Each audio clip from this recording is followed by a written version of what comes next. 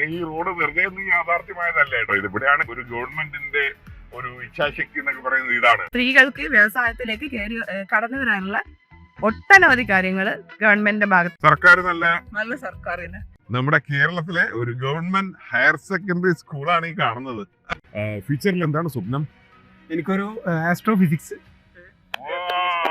Government സ്കൂളിലെ കൂട്ടുകാർ ഇങ്ങനെ ഒരു സ്വപ്നം കാണുന്നു. അതായത് ഇത് നമുക്ക് കഴിയും എന്ന് ഗവൺമെന്റ് സ്കൂളിലെ കൂട്ടുകാരും. ഞാൻ ഇതുവരെ സ്മാർട്ട് ക്ലാസ് റൂം കണ്ടിട്ടില്ല. എനിക്ക് അവിടെ പഠിക്കാനുള്ള ഭാഗ്യമൊന്നും ഉണ്ടായിട്ടില്ല കേട്ടോ. ടീച്ചർ സ്മാർട്ട് ക്ലാസ്സിലാണോ പഠിച്ചു വന്നത്? അല്ല, ഞാൻ സാധാരണ ഇവിടെ ഞാൻ ഈ സ്കൂളിലല്ല പഠിച്ചത്. പക്ഷെ ഇത് എന്റെ നാട്. അപ്പം ഇവിടെ ഒരു ഓലഷെഡെല്ലാം ഉണ്ടായി. ഇത് ഓലഷെഡായിരുന്നോ? ഓലഷെഡിൽ നിന്നാണ് ഇതിന്റെ പരിണാമം. മൈ ഗോഡ്, വിശ്വസിക്കാൻ പറ്റുന്നില്ല. അതായത് നമ്മുടെ സർക്കാർ മാറ്റിയെടുത്ത മാറ്റമാണ് ഈ കാണുന്നത്. എന്റെ കുഞ്ഞുങ്ങള് പഠിക്കുന്ന ക്ലാസ് എന്ന് കേൾക്കുമ്പോൾ ഒരു സന്തോഷം. അതിന് ഞാൻ ഈ ഗവൺമെന്റിനോടാണ് നന്ദി പറയുന്നത്. ഇങ്ങനെ വേണം. മെഡിക്കൽ കോളേജിൽ നിന്ന് താലൂക്ക് ആശുപത്രിയിലോട്ട് വന്നിട്ട് ആ ചികിത്സയാണ് നമ്മള് മനസ്സിൽ നിറഞ്ഞു നിൽക്കുന്നതല്ലേ. ഇവിടുത്തെ ഫെസിലിറ്റി ഇതാണെങ്കിൽ അവിടെ എന്തായി? കഴിഞ്ഞ 10 വർഷക്കാലമായി വികസനം ആഗ്രഹിച്ച കേരളം അവരൊരു ഗവൺമെന്റിനെ തിരഞ്ഞെടുത്തു. ആ ഗവൺമെന്റിലൂടെ അസാധ്യമെന്ന് തോന്നിക്കുന്ന പല കാര്യങ്ങളും നേടിയെടുത്തുകൊണ്ടിരിക്കുകയാണ് ഈ കേരള സമൂഹം. നമുക്കറിയാം, ഞാൻ ഈ നിൽക്കുന്ന ഈ വിശാലമായ റോഡ് തന്നെ നമുക്കൊന്ന് എടുത്തേക്കാം. നമുക്ക് ഈ കേരളത്തിൽ ജീവിച്ചു വരുന്ന ഒരാളെന്ന നിലയില് നമ്മുടെ കേരളത്തിൽ ഈ കാണുന്ന ഒരു റോഡ് എന്തെങ്കിലും സാധ്യമാകുമോ എന്ന് നമുക്ക് യാതൊരു ധാരണയില്ലായിരുന്നു. പക്ഷേ ഇന്ന് ഇതെല്ലാം നമുക്കുണ്ട്. ലോകോത്തരമായ പാതയിലാണ് നമ്മൾ കേരളവും സഞ്ചരിച്ചു കൊണ്ടിരിക്കുന്നത്. കാണുന്ന വികസനങ്ങളിലൊക്കെ നമ്മുടെ കേരള സമൂഹം എത്രത്തോളം തൃപ്തരാണ് എന്നറിയാനായിട്ട് നമ്മൾ ഈ വികസനങ്ങളിലൊക്കെ കേരള സമൂഹത്തിന് എന്താണ് പറയാനുള്ളത് എന്നൊക്കെ അറിയാനാണ് നമ്മുടെ മനോഹരമായ റോഡിലൂടെ നമുക്കൊന്ന് ഡ്രൈവ് ചെയ്യാം. നമ്മുടെ റോഡുകൾ കണ്ടോ, എത്ര മനോഹരമായ റോഡുകളെന്ന്. ഏകദേശം കേരളത്തില് 444 കിലോമീറ്റർ അത് പൂർണ്ണമായിട്ടും സഞ്ചാരയോഗ്യമായി മാറിയിരിക്കുകയാണ്. ഇതെല്ലാം കണ്ടില്ലേ, വളരെ സ്മാർട്ട് റോഡുകളാണ്. അതിന്റെ ഇലക്ട്രിസിറ്റി ലൈറ്റുകള് സൈഡിൽ നമുക്ക് നോക്കിയാൽ കാണാൻ പറ്റും. എല്ലാം കേബിൾ സിസ്റ്റത്തിലാണ് ഇലക്ട്രിസിറ്റി ചെയ്തിരിക്കുന്നത്. വളരെ മനോഹരമായ റോഡ്. പിന്നെ ഈ റോഡ് വെറുതെ ഒന്നും യാഥാർത്ഥ്യമായതല്ല കേട്ടോ. ഇതിവിടെയാണ് ഒരു ഗവൺമെന്റിന്റെ ഒരു ഇച്ഛാശക്തി എന്നൊക്കെ പറയുന്നത് ഇതാണ്. ഈ കേരളത്തിന്റെ റോഡുകൾ ഏറ്റെടുക്കുന്ന സമയത്ത് പലരും സ്ഥലം വിട്ടുകൊടുക്കാൻ തയ്യാറായില്ല. ഈ റോഡൊക്കെ യാഥാർത്ഥ്യമാകുമോ എന്ന ഡൗട്ടില്. അതിനെല്ലാം എല്ലാം മറികടന്നുകൊണ്ടാണ് നമ്മുടെ ഈ കേരളത്തില് ഈ റോഡ് ഇങ്ങനെ യാഥാർത്ഥ്യമായിരിക്കുന്നത്. പണ്ട് ഗ്രാമങ്ങളിൽ നിന്ന് നഗരങ്ങളിലേക്ക് ആൾക്കാർ പലായനം ചെയ്യുന്നത് മികച്ച സൗകര്യങ്ങൾ തേടിയാണ്. ആരോഗ്യപരമായിട്ടായിരുന്നാലും ജോലി സാധ്യതകൾ. ഇന്നതാ നമ്മുടെ കേരളത്തിലെ ഗ്രാമങ്ങളിൽ വന്ന മികച്ച ആധുനിക സൗകര്യത്തോടു കൂടിയുള്ള ആരോഗ്യ കേന്ദ്രങ്ങൾ. അതായത് ഗ്രാമങ്ങളിൽ പോലും അത്യാധുനിക ആരോഗ്യ കേന്ദ്രങ്ങളാണുള്ളത്. നമ്മൾ അങ്ങോട്ടാണ് ഇപ്പോൾ ഒരു യാത്ര. അവിടെ പോയിട്ട് ജനങ്ങൾ എന്താണ് അതിനെ കുറിച്ച് പറയുന്നത് കൂടെ നമുക്ക് കേൾക്കാം. വിശ്വസിക്കാൻ പറ്റുന്നില്ലല്ലേ, നമ്മുടെ കേരളത്തിന്റെ വിപ്ലവകരമായ മാറ്റം കൊണ്ടുവന്ന കുടുംബാരോഗ്യ കേന്ദ്രത്തിലേക്കാണ് കയറുന്നത്. എങ്ങനെയുണ്ട്? ഞാൻ പറഞ്ഞപ്പോൾ നിങ്ങൾ വിശ്വസിച്ചില്ലല്ലേ, ഒരു ഗ്രാമത്തിൽ ഈ ഒരു ഫെസിലിറ്റിയാണ് കേരളം ഒരുക്കിയിരിക്കുന്നതെന്ന്. എന്തിനാ അതൊക്കെ കണ്ടു വിശ്വസിക്കാം. ഒരു വിട്ടുവീഴ്ചയില്ലാത്ത ആരോഗ്യ പ്രവർത്തനങ്ങൾ നടത്തുന്ന കുടുംബാരോഗ്യ കേന്ദ്രങ്ങൾ.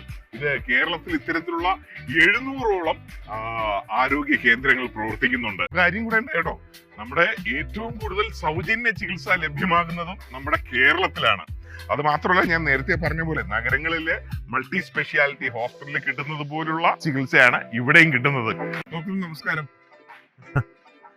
നീതു ഡോക്ടർ, ഇവിടെ 3 ഡോക്ടേഴ്സ് ഉണ്ടെന്ന് തോന്നുന്നു അല്ലേ? അതെ, നമുക്ക് മൊത്തം 32 സ്റ്റാഫാണ്. ഗ്രാമമാണെന്നുള്ള പേര് മാത്രമേ ഉള്ളൂ. ശരിക്കും ഒരു നഗരത്തിലെ മൾട്ടി സ്പെഷ്യാലിറ്റി ഹോസ്പിറ്റലിലുള്ള എല്ലാ സൗകര്യം ഇവിടെ ഉണ്ട്. ഇവിടെ എന്തൊക്കെയാണ് ചികിത്സയുള്ളത്? നമ്മളിവിടെ OP സേവനങ്ങളുണ്ട്. ദിവസേന വിവിധതരം ക്ലിനിക്കുകളുണ്ട്. NCD ക്ലിനിക്ക്, ജീവിതശൈലി രോഗങ്ങൾക്കുള്ള ക്ലിനിക്ക് ഉണ്ട്. പിന്നെ സ്വാസ് ക്ലിനിക്ക് ഉണ്ട്, ആശ്വാസ് ക്ലിനിക്ക് ഉണ്ട്, പിന്നെ അഡോളസൻ ക്ലിനിക്ക് ഉണ്ട്, വയോജനങ്ങൾക്ക് വേണ്ടിയിട്ട് ജീരിയാട്രിക് ക്ലിനിക്ക് ഉണ്ട്. അതുകൂടാതെ നമ്മൾ സ്ത്രീകൾക്ക് വേണ്ടിയിട്ട് സെപ്പറേറ്റ് OP വെച്ചിട്ടുണ്ട്. അതല്ലാതെ നമുക്ക് വെനസ്ഡേസിൽ ഇമ്മ്യൂണൈസേഷൻ ക്ലിനിക്കാണ്. അതല്ലാതെ നമ്മളിവിടെ പബ്ലിക് ഹെൽത്ത് സേവനങ്ങൾ എല്ലാ നാഷണൽ ഹെൽത്ത് പ്രോഗ്രാംസും റൺ ചെയ്യുന്നുണ്ട്. അതുകൂടാതെ നമ്മൾ ഫിസിയോതെറാപ്പി സൗകര്യമുണ്ട്. വീടുകളിൽ പോയിട്ട് പാലിയേറ്റീവ് സിസ്റ്റർ കെയർ കൊടുക്കുന്നുണ്ട് സാന്ത്വന പരിചരണത്തിന്റെ ഭാഗമായിട്ട്. ഇതൊക്കെയാണ് നമ്മുടെ കേരളത്തിലെ ആരോഗ്യ രംഗത്തെ മികച്ച കാര്യങ്ങൾ. ഇതുകൊണ്ട് തന്നെയാണ് ആരോഗ്യ കേരളം ഇന്ന് ലോകത്തിന് മാതൃകയായിക്കൊണ്ടിരിക്കുന്നത്. 18 ഉള്ള നമ്മുടെ നമ്മൾ ഈ നിൽക്കുന്ന പ്രാഥമിക ആരോഗ്യ കേന്ദ്രത്തിന്റെ പഴയ ഒരു വിഷ്വലാണ് ഈ കാണുന്നത്. അത് 2020 ആയപ്പോഴേക്കും ഇങ്ങനെയായി. 2020 നിന്നും നമ്മുടെ 26 കിടക്കുമ്പോ ഈ കാണുന്ന രീതിയിൽ ഇന്ന് ഇങ്ങനെ മാറിയിരിക്കുകയാണത്. ഇവിടെ മാത്രമല്ല, കേരളം മുഴുവൻ. അവിടെ ഒരു അമ്മയും കുഞ്ഞും നിൽപ്പുണ്ട് കേട്ടോ. നമുക്ക് അവരോട് ഇവിടുത്തെ ചികിത്സാ രീതികളൊക്കെ എങ്ങനെയാണെന്ന് ചോദിച്ച് മനസ്സിലാക്കാം. നമസ്കാരം. ഇവിടുത്തെ ഒരു ഫെസിലിറ്റി എങ്ങനെ വിലയിരുത്തുന്നു? ഇവിടെ ബ്ലഡ് ടെസ്റ്റ് അങ്ങനത്തെ സൗകര്യങ്ങളെല്ലാം ഫ്രീ ആണ്. എല്ലാം ഫ്രീ ആണല്ലേ? മരുന്നുകളും എല്ലാം ഫ്രീ ആണ്. ഇവിടുത്തെ ഒരു പ്രത്യേകതയാണ് കേട്ടോ. ഇവിടുന്ന് മരുന്നൊന്നും പുറത്ത് വാങ്ങണ്ട. ഇവിടെ തന്നെ എല്ലാം മരുന്നും കിട്ടും കേട്ടോ. അതുകൂടെ ഉണ്ട്. ഡോക്ടേഴ്സും വലിയ സൗഹാർദ്ദപരമായിട്ട് തന്നെയാണല്ലേ പെരുമാറുന്നത് എല്ലാം. ഓക്കെ, ഇതൊക്കെയാണ് ഇവിടെ വരുന്ന പ്രിയപ്പെട്ടവരുടെ വാക്കുകൾ. അതുകൊണ്ട് തന്നെ സർക്കാരും പറയുകയാണ് നമുക്ക് ഒന്നിച്ച് ഒന്നായി തന്നെ തുടരാം അല്ലെ? അതും ഒന്നാമതായി. ഡോക്ടേഴ്സ് സ്ഥിരം പറയുന്നൊരു കാര്യമുണ്ട്, നന്നായി നടക്കണം, എക്സർസൈസ് ചെയ്യണം. ഇപ്പോ നമ്മുടെ പാർക്കുകൾ എല്ലാം ഇതുപോലെയൊക്കെ ആക്കിയിട്ടുണ്ട് കേട്ടോ. സമയം കിട്ടുമ്പോ ഒക്കെ വർക്കൗട്ട് ചെയ്യണം കേട്ടോ. അപ്പൊ നമ്മൾ കുടുംബാരോഗ്യ കേന്ദ്രത്തിൽ നിന്ന് ഇറങ്ങിയാണ് കേട്ടോ. ഇനി നമ്മൾ പോകുന്നത് താലൂക്ക് ആരോഗ്യ കേന്ദ്രത്തിലാണ് കേട്ടോ. താലൂക്ക് ഹോസ്പിറ്റലിലേക്കാണ്. അപ്പൊ ഇവിടെ നിന്ന് നേരെ റെഫർ ചെയ്യുന്നത് അങ്ങോട്ടായിരിക്കുമല്ലോ. ഇവിടുത്തെ ഫെസിലിറ്റി ഇതാണെങ്കിൽ അവിടെ എന്തായിരിക്കും. അപ്പൊ നമ്മള് താലൂക്ക് ആശുപത്രിയിലേക്ക് കടന്നു വന്നിരിക്കുകയാണ്. നമുക്കറിയാം, നമ്മുടെ കേരളത്തിന്റെ ആരോഗ്യരംഗം എന്ന് പറയുമ്പോൾ ഏറ്റവും കൂടുതൽ സൗജന്യ ചികിത്സ ഉറപ്പാക്കിയിരിക്കുന്ന ഒരു മേഖല കൂടെയാണ് താലൂക്ക് ആശുപത്രി എന്നൊക്കെ പറയുമ്പോൾ. നമ്മുടെ മലയാളികളുടെ ഒരു സങ്കല്പത്തിലില്ലാത്ത ഒരു താലൂക്ക് ആശുപത്രിയിലാണ് ഞാനിപ്പോ ഇരിക്കുന്നത്. സൂപ്രണ്ട് ഡോക്ടർ സഹീന മാഡം ആണ് ഇപ്പൊ നമുക്കിപ്പോ ഇരിക്കുന്നത്. ഇങ്ങോട്ട് ഏറ്റവും കൂടുതൽ സൗജന്യ ചികിത്സ ഉറപ്പാക്കുന്നത് കൂടെ നമ്മുടെ സർക്കാർ മേഖലയാണെന്ന് തോന്നുന്നു അല്ലേ?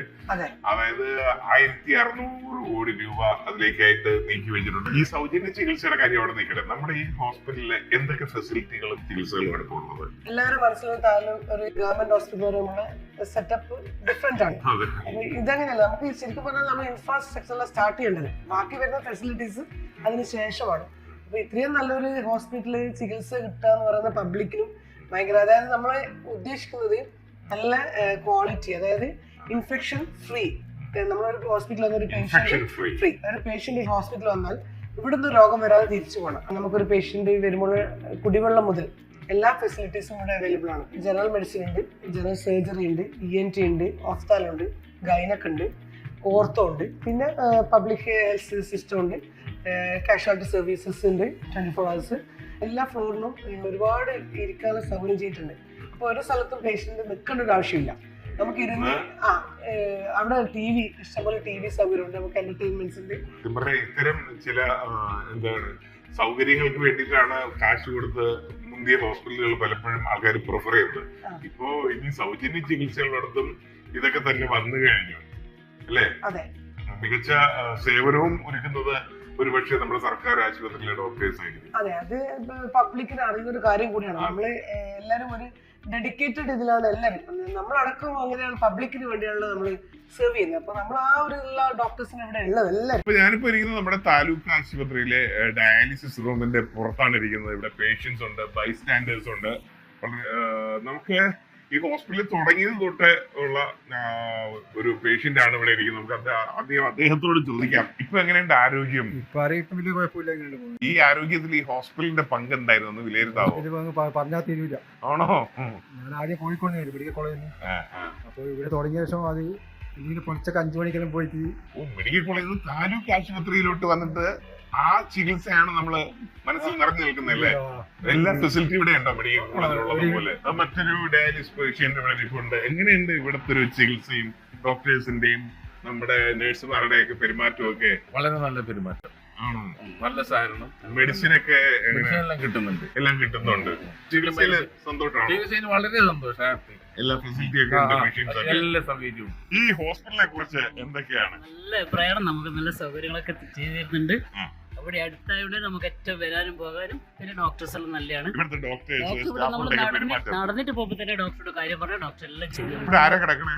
ഭർത്താവ്. എങ്ങനെയുണ്ട് ഇവിടുത്തെ ഒരു ചികിത്സ? നല്ല വളരെ ബെറ്റർ എല്ലാ കാര്യങ്ങളും. അല്ലെങ്കിൽ ഭർത്താവിനെ ഇവിടെ കൊണ്ട് വരില്ലല്ലോ അല്ലേ? ഞങ്ങള് പരിഹാരത്തൊക്കെ പോയതാ. ഇപ്പൊ ഇവിടുത്തെ അടുത്തായോണ്ട് വളരെ ഉപകാരമായിട്ടുണ്ട്. ദൂരേക്ക് ഒരുപാട് ചികിത്സയാണ്. നമ്മുടെ അടുത്ത് ഇത്രയും നല്ല ഫെസിലിറ്റി. 14 വർഷമായി ഡയാലിസിസ് ചെയ്യുന്നു. അപ്പൊ നമുക്ക് തുടരാം ഒരുമിച്ച്. നമ്മൾ മനോഹരമായ റോഡ് കണ്ടു, നമ്മുടെ ആരോഗ്യ രംഗത്തെ കുറിച്ചുള്ള അഭിപ്രായങ്ങൾ കേട്ടു.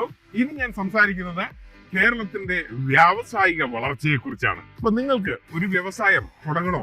സ്ഥലമില്ലേ? നിങ്ങളുടെ വീട്ടിൽ തുടങ്ങണോ? തുടങ്ങിക്കോളൂ. എന്ത് വീട്ടിൽ തുടങ്ങിയാൽ കറണ്ട് ബില്ല് മറ്റുള്ള കാര്യങ്ങളൊക്കെ ഉണ്ടെന്നോ? ഒന്നുമില്ല. നിങ്ങളുടെ നിലവിൽ എന്താണോ കറണ്ട് ബില്ലിന്റെ താരിഫ്, അതിൽ തന്നെ നിങ്ങൾക്ക് നിങ്ങളുടെ വീട്ടിൽ ഒരു വ്യവസായം തുടങ്ങാം.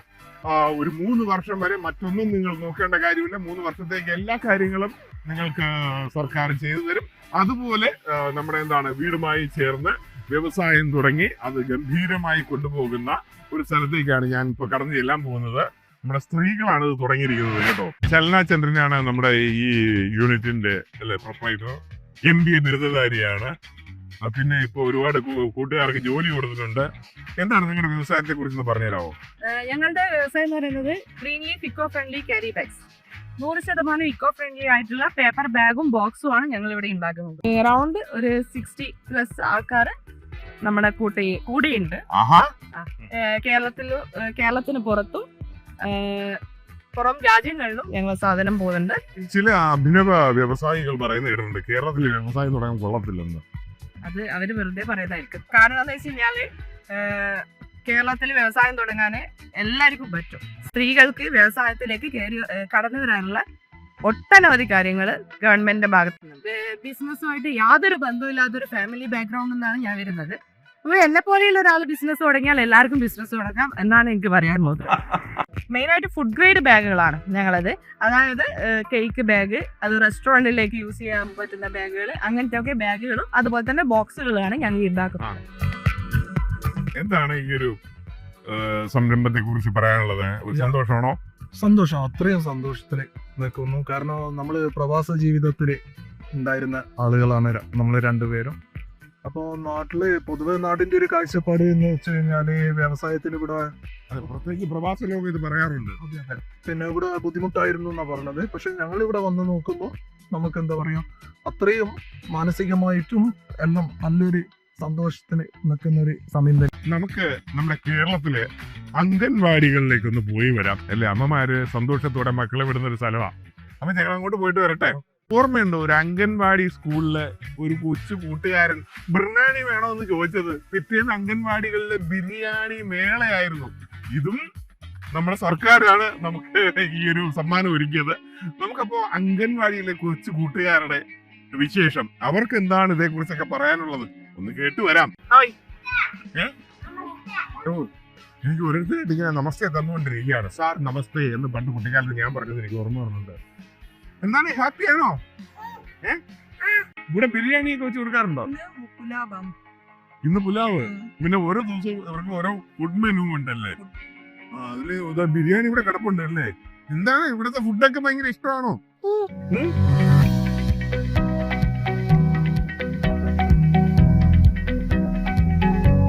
സർക്കാർ വന്നതിന് ശേഷമുള്ള മാറ്റങ്ങള്, അംഗൻവാടിയിൽ വന്ന മാറ്റങ്ങളൊന്ന് പറയാവോ? നല്ല മാറ്റം തന്നെയാണ്. നമുക്ക് ഇത് അംഗനവാടി തന്നെ, അത് പുതിയ സർക്കാരാണ്. എല്ലാം വേഗം 6 മാസം കൊണ്ടാണ് ഇതെല്ലാം ഉദ്ഘാടനം എല്ലാം കഴിച്ചത്. പിന്നെ ഈ സാധനങ്ങളും കളിസ്ഥലങ്ങളും എല്ലാം പഞ്ചായത്തിന്റെ സർക്കാർ നല്ല സർക്കാരിന് പിള്ളേരുടെ കാര്യങ്ങളില് നല്ല തന്നെ. അത് മാത്രമല്ല, നമ്മള് കുഞ്ഞു പിള്ളേരുടെ ഇടയിൽ നിന്നാണെങ്കിലും വലിയ പിള്ളേരുടെ കാര്യം വരെ ഈ കുഞ്ഞുങ്ങള് സർക്കാരിന്റെ ചെലവിൽ പഠിക്കുകയാണെങ്കിൽ സ്കൂള് കോളേജ് വരെ സൗജന്യമാണ് ഇവരുടെ വിദ്യാഭ്യാസം. ആലോചിച്ച് നോക്കി അംഗൻവാടികളിലെ ഫെസിലിറ്റി. നമ്മളൊക്കെ പഠിച്ചിരുന്ന കാലത്ത് ഇതൊക്കെ സങ്കല്പം, അല്ലെങ്കിൽ വലിയ മ്യൂസിയമൊക്കെ പാർക്കുകളിലോ ഒക്കെ പോയി ഇതൊക്കെ കാണേണ്ടി വരുമായിരുന്നു അല്ലേ? നല്ല ഗാർഡൻ അല്ലേ? മനോഹരമായ സ്ഥലത്ത് ഞാൻ എത്തിച്ചേർന്നിരിക്കുകയാണ്. എവിടെയാ എത്തിച്ചേർന്നത്? നമ്മുടെ കേരളത്തിലെ ഒരു ഗവൺമെന്റ് ഹയർ സെക്കൻഡറി സ്കൂളാണ് ഈ കാണുന്നത്. ഞാൻ ഈ നിൽക്കുന്ന സ്കൂൾ മാത്രമല്ല കേട്ടോ, കേരളത്തിലെ ഒട്ടുമിക്കവാറും എല്ലാ ഗവൺമെന്റ് സ്കൂളും ഇപ്പൊ ഇത്രയും മനോഹാരിത ഉള്ള സ്കൂളുകളായി മാറിയിരിക്കുകയാണ്, അല്ലെങ്കിൽ മാറ്റിയിരിക്കുകയാണ് നമ്മുടെ സർക്കാർ. അത് മാത്രമല്ല, ഇപ്പോൾ നമ്മുടെ സ്കൂളുകളെല്ലാം ഹൈടെക് ആയി മാറിയിരിക്കുകയാണ്. നമുക്കറിയാം, അതിന്റെ ഭാഗമായിട്ട് പണ്ടൊക്കെ പരീക്ഷ സമയത്തും പാഠപുസ്തകം എവിടെയെന്നൊക്കെ പത്രങ്ങളിൽ വാർത്ത നമ്മൾ വായിച്ചിട്ടുണ്ട്. ഇപ്പോ പരീക്ഷ കഴിയുമ്പോൾ തന്നെ പാഠപുസ്തകങ്ങളുടെ അച്ചടി വരെ പൂർത്തിയാക്കിയിരിക്കുന്നു. ഇരിപ്പാണ് നമ്മുടെ ഒരു പ്രിയപ്പെട്ട കൂട്ടുകാരൻ. Hello, hi. +1 വിദ്യാർത്ഥി, പേര് അലൻ അജേഷ്. സ്മാർട്ട് സ്കൂളുമായി ബന്ധപ്പെട്ടെന്ന് പറഞ്ഞുതരാവോ ഈ സ്കൂളിനെ? ഈ സ്കൂളിനെ പറ്റി പറയുന്ന സമയത്ത് ഈ സ്കൂളിലെ എല്ലാ ക്ലാസ്സുകളിലും ഇന്ററാക്റ്റീവ് ഫ്ലാറ്റ് പാനൽ ഒരുക്കിയിട്ടുണ്ട്. അതായത് നമുക്ക് നമ്മുടെ ഗൂഗിള് നമുക്ക് നമ്മുടെ വിവരങ്ങൾ കൃത്യമായി സെർച്ച് ചെയ്തെടുക്കുന്നതിന് പുറമെ നമുക്ക് ക്ലാസ്സിൽ ഓരോ ഫ്ലാറ്റ് പാനലുകൾ, അപ്പോൾ ആ ഫ്ലാറ്റ് പാനലുകളിൽ നമ്മുടെ ക്ലാസ്സിന്റെ വിവിധ തരത്തിലുള്ള ചോദ്യങ്ങളായാലും ഇപ്പം നമുക്കൊരു വിശദമായിട്ടൊരു ടോപ്പിക് എൻട്രൻസിൽ റിലേറ്റഡ് ആയിട്ടുള്ള കാര്യങ്ങളായാലും കൃത്യമായിട്ട് അതിൽ ഓരോ മൊഡ്യൂൾസ് ആയിട്ട് രേഖപ്പെടുത്തി. ഇന്നിപ്പോ ക്ലാസ് കഴിയുന്ന ടൈമിലാണ് ഞാൻ വന്നതല്ലേ, അല്ലെങ്കിൽ കുറച്ചുകൂടെ കൂട്ടുകാരനെ കാണാൻ പറ്റുമായിരുന്നു. എനിവേ ഒരുപാട് സന്തോഷം. ഇത്രയും നല്ല സൗകര്യത്തിൽ പഠിക്കുന്ന നിങ്ങൾ ഫ്യൂച്ചറിൽ എന്താണ് സ്വപ്നം? എനിക്കൊരു ആസ്ട്രോഫിസിക്സ് ഗവൺമെന്റ് സ്കൂളിലെ കൂട്ടുകാർ ഇങ്ങനെ ഒരു സ്വപ്നം കാണുന്നു, അതായത് ഇത് നമുക്ക് കഴിയും എന്ന് ഗവൺമെന്റ് സ്കൂളിലെ കൂട്ടുകാരും കേരളത്തിൽ പറയുകയാണ് അല്ലേ. Very good. ഒരു ആസ്ട്രോഫിസിസ്റ്റ് ആയിട്ട് നമുക്ക് ഫ്യൂച്ചറിൽ കാണാൻ ഇടവരട്ടെ. അങ്ങനെ സ്മാർട്ട് ടീച്ചറായ എന്റെ കൂടെ വരികയാണ് ഖദീജ ടീച്ചറെ. ഞാനിതുവരെ സ്മാർട്ട് ക്ലാസ് റൂം കണ്ടിട്ടില്ല, എനിക്ക് അവിടെ പഠിക്കാനുള്ള ഭാഗ്യമൊന്നും ഉണ്ടായിട്ടില്ല കേട്ടോ. ടീച്ചർ സ്മാർട്ട് ക്ലാസ്സിലാണോ പഠിച്ചു വന്നത്? അല്ല, ഞാൻ സാധാരണ ഇവിടെ ഞാൻ ഈ സ്കൂളിലല്ല പഠിച്ചത്, പക്ഷെ ഇത് എന്റെ നാട്. അപ്പം ഇവിടെ ഒരു ഓലഷെഡെല്ലാം ഉണ്ടായി. ഇത് ഓലഷെഡായിരുന്നോ? ഓലഷെഡിൽ നിന്നാണ് ഇതിന്റെ പരിണാമം. മൈ ഗോഡ്, വിശ്വസിക്കാൻ പറ്റുന്നില്ല. അതായത് നമ്മുടെ സർക്കാർ മാറ്റിയെടുത്ത മാറ്റമാണ് ഈ കാണുന്നത്.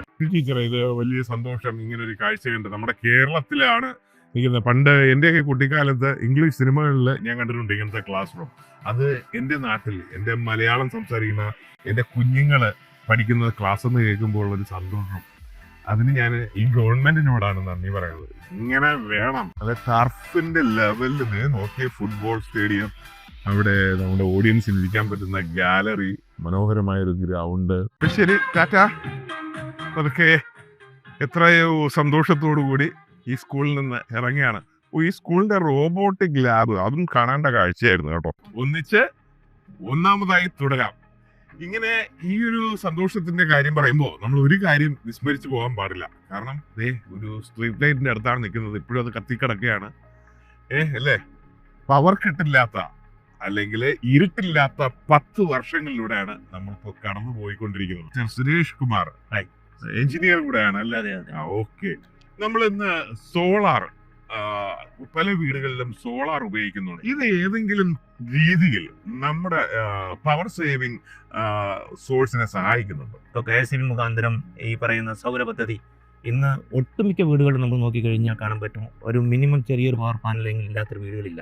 അതുകൊണ്ടുള്ളൊരു ബെനിഫിറ്റ് എന്ന് വെച്ചാൽ ഒരു അറ്റ്ലീസ്റ്റ് ഒരു സാധാരണ വീട്ടിൽ ഒരു 3 kW വൈദ്യുതി ഉപയോഗിക്കുന്ന ഒരു വീട്ടിൽ ഈ സോളാർ പവർ കൊണ്ട് നമുക്ക് ആ 3 kW കംപ്ലീറ്റ് ഇതിൽ നിന്ന് തന്നെ നമ്മൾ ഉപയോഗിച്ചുകൊണ്ട് മിച്ചം വരുന്ന വൈദ്യുതി ഈ പറയുന്ന ഓൺലൈൻ ഗ്രിഡ് മുഖാന്തരം നമുക്ക് തിരിച്ച് KSB കൊടുക്കാൻ സാധിക്കും. എന്തായാലും നമുക്ക് തുടരാം. ഒന്നായി തന്നെ 1ാം സ്ഥാനത്ത്